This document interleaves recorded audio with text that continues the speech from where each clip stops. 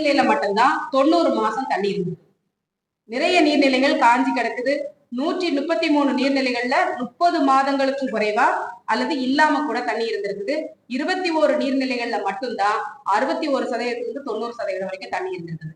அப்படின்னா என்னன்னா, நம்ம போதுமான அளவு அங்க உள்ள கொண்டு போகல, அது காஞ்சி போயிருக்கு. அப்படின்னா நமக்கு வந்து சராசரியா வந்து நமக்கு மழை 100 ஆண்டுகளினுடைய மழை அளவை நம்ம எடுத்தோம்னா கூட 1925 இருந்து 2024 வரைக்கும் உள்ள மழை அளவை எடுத்தோம்னா கூட கடந்த 100 ஆண்டுகள்ல 1231.33 மில்லிமீட்டர் மழை சராசரி ஆண்டு மழையளவு. இதையே வந்து மாத மழையளவு பார்த்தோம்னா 102 மில்லிமீட்டர். இது சராசரியா நமக்கு சென்னைக்கு பெய்யக்கூடிய ஒரு மழை அளவு. ஆனா இந்த அளவு குறைந்தபட்சம் 100 சென்டிமீட்டர் அப்படின்னு நம்ம வச்சுக்கிட்டோம்னா மாதம், இது வந்து நீங்க வருஷம் ஃபுல்லா பெய்யும் போது இந்த காலங்கள்ல மழை இருக்காது. சில மாதங்கள் வந்து பீக் வந்து நமக்கு November December, October November December, மற்ற நாட்கள்ல கொஞ்சம் கொஞ்சம் தான் மழை இருக்கும். ஸோ நம்ம ஒரு குறைந்தபட்ச எஸ்டிமேஷனை முதல்ல போட்டோம். அதுல வந்து 100 மில்லிமீட்டர் மழை பெய்துச்சுன்னா இதுல வந்து 17.61 டிஎம்சி அந்த எம்சிஎம் தண்ணி, அதாவது டிஎம்சில நம்ம பார்த்தோம்னா 0.62 டிஎம்சி தண்ணி வந்து இந்த 306 சதுர கிலோமீட்டர் பரப்பளவுல 100 சென்டிமீட்டர் மழை பெய்த பட்சத்துல இவ்வளவு தண்ணி அதுல இருந்து வெளியே வரும். இதுவே வந்து நமக்கு ரொம்ப அதிக அளவு மழை பொழிவு அப்படின்னு பார்த்தா 400ன்னு எடுத்துப்போம். ஹையஸ்ட் வந்து நம்மளோட 100 ஆண்டு ரெக்கார்டை பார்க்கும்போது 350ல இருந்து ஒரு 380 வரைக்கும் ஹையஸ்ட் இருக்கு. நம்ம 400 எடுத்துப்போம். அந்த 400 மழையளவு அப்படின்னு எடுத்தா கூட அது வந்து 2.48 டிஎம்சி தண்ணி வந்து இந்த 306 சதுர கிலோமீட்டர் பரப்பளவுல இருந்து மட்டும் மழையின் மூலமா நல்ல தண்ணீர் நமக்கு வந்து ஜெனரேட் ஆகுது. சோ ஆனா இதுல வந்து இதுல நம்ம எப்படி இதை கணக்கு பண்ணிருக்கிறோம் அப்படின்னா, பரப்பளவு வந்து இப்ப நீர்நிலைகளை தனியா எடுத்துப்போம். இப்ப இந்த நீர்நிலைகள்ல வந்து 25 சதுர கிலோமீட்டர் தான் இப்ப இருக்குன்னு பார்த்தோம்.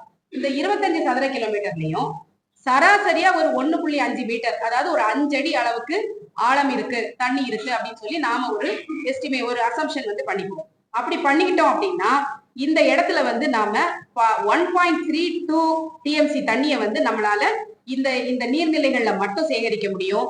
பள்ளிக்கரணையில மீதம் இருக்கக்கூடிய இடத்துல 1 மீட்டர் ஆழம்னு மட்டும் நம்ம எடுத்துக்கிட்டோம்னா அதுல 0.24 டிஎம்சி தண்ணியை வந்து நம்மளால சேமிக்க முடியும். அதாவது நீர்நிலைகள்ல இப்ப இருக்கக்கூடிய குப்பை கிடக்குது, சகதி கிடக்குது, டீசல்ட் பண்ணல, ஆகாயத்தாமரை இருக்கு, எல்லாமே அப்படியே வச்சுட்டு ஒரு 5 அடிக்கு தண்ணி இருக்கு, 1.5 மீட்டருக்கு தண்ணி இருக்குன்னு வச்சாலுமே நம்மளால இவ்வளவு தண்ணியை வந்து அந்த இடங்கள்ல சேவ் பண்ண முடியும். இப்ப இது 100 மில்லிமீட்டர் மழை, அதாவது 10 சென்டிமீட்டர் மழை பெய்யுதுன்னா இந்த நீர்நிலைகளுக்குள்ளேயே தண்ணி தேங்கிடும். ப்ரொவைடர் நம்ம அதை கால்களை வந்து வரத்து கால்களும் போக்கு கால்களும் கரெக்டா வச்சிருந்தோம்னா பள்ளிக்கரணை சதுப்பு நிலத்துக்கு கூட தண்ணி போறதுக்கான வாய்ப்புகள் குறையும். ரெண்டாவது, 400 மில்லிமீட்டர் மழை பெய்துச்சுன்னா 65% தண்ணிய இந்த பள்ளிக்கரணை நிலமும் இந்த நீர்பிடிப்பு பகுதியிலும், அதாவது 25 சதுர கிலோமீட்டர்ல நம்மளால சேர்க்க முடியும்.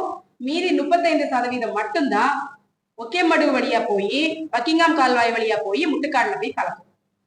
இப்ப இந்த பகுதியை நம்ம எடுத்துக்கிட்டோம்னா இப்ப நம்ம மழை அளவு எவ்வளவு வந்திருக்குன்னு பார்த்துட்டோம், எவ்வளவு ஸ்டோர் பண்ணிருக்கோம்னு பார்த்துட்டோம்.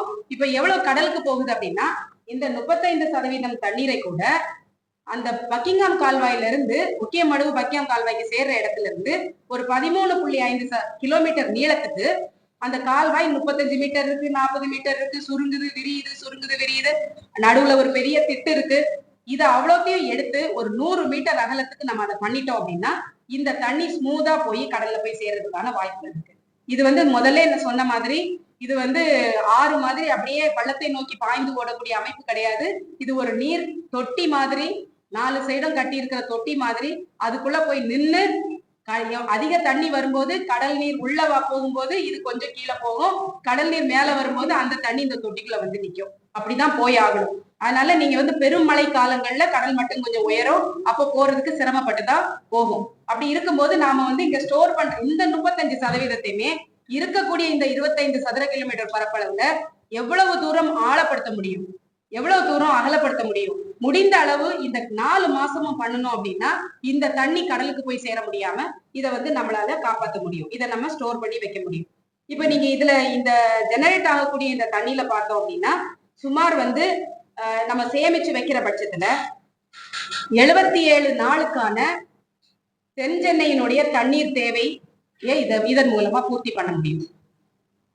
இது வந்து நாங்க எல்லாமே வந்து இருக்கக்கூடிய ஆவணங்கள், பெரிய துல்லியமான கருவிகள் வச்சு நாங்க அளவிடல. இருக்கக்கூடிய ஆவணங்கள்ல முடிந்த மட்டும் என்ன எப்படி ஒரு ரஃபா ஒரு புரிதலை ஆரம்பிக்கலாம் அப்படிங்கிறது தான் பண்ணியிருக்கிறோம். இன்னும் நிறைய ப்ரிசிஷன் வேணும் அப்படின்னா நிறைய நம்ம வந்து அதுக்கான டெக்னாலஜியை யூஸ் பண்ணி பண்ணும்போது இன்னும் துல்லியமா இந்த அளவை வந்து நம்மளால கணக்கிட முடியும்.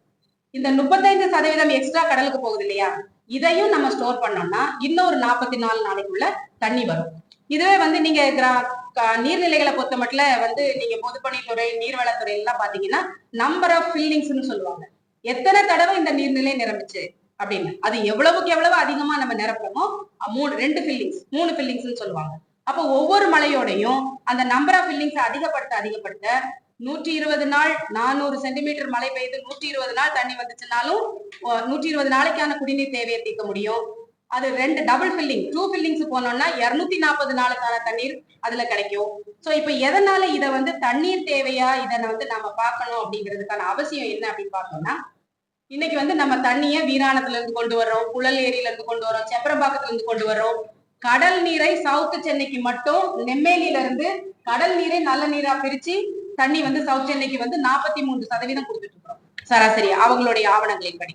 அப்போ இங்க இருந்து வரக்கூடிய இந்த 2.5 TMC தண்ணிய வந்து நல்ல தண்ணிய, மழை தண்ணிய, சுத்தமான தண்ணிய நேரடியா நம்ம கடலுக்குள்ள கொண்டு போய் ஐயோ பிளட் ஆகுதேன்னு சொல்லி தவிச்சு எப்படியாவது இதை கடல்ல கொண்டு போய் சேர்த்துறணும்னு சொல்லி கடல்ல கொண்டு கொட்டிட்டு அப்புறம் அந்த கடல்ல இருந்து ஹெவி இன்ஜினியரிங் எக்ஸசைஸ் காஸ்ட் செலவு பண்ணி அந்த கடல்ல இருந்து திருப்பி வந்து நல்ல தண்ணியை பிரிச்சு எடுத்து மக்களுக்கு கொடுக்கறது வந்து ஒரு கண்டிப்பா வந்து ஒரு அறிவியல் பூர்வமான லாங் டேர்ம்க்கு சஸ்டைன் ஆகக்கூடிய ஒரு காஸ்ட் எஃபெக்டிவான புத்திசாலித்தனமான திட்டமா இருக்க முடியாது.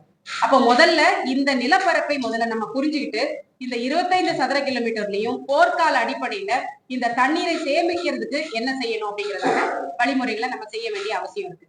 இதுல நம்ம முக்கியமா ஒரு சில விஷயங்களை வந்து தமிழக அரசுக்கு, பொதுப்பணித்துறைக்கு எல்லாருக்குமே வலியுறுத்துறது என்ன அப்படின்னா, நீர் வள துறை அப்படிங்கிறது நீரினுடைய வளத்தை பாதுகாத்து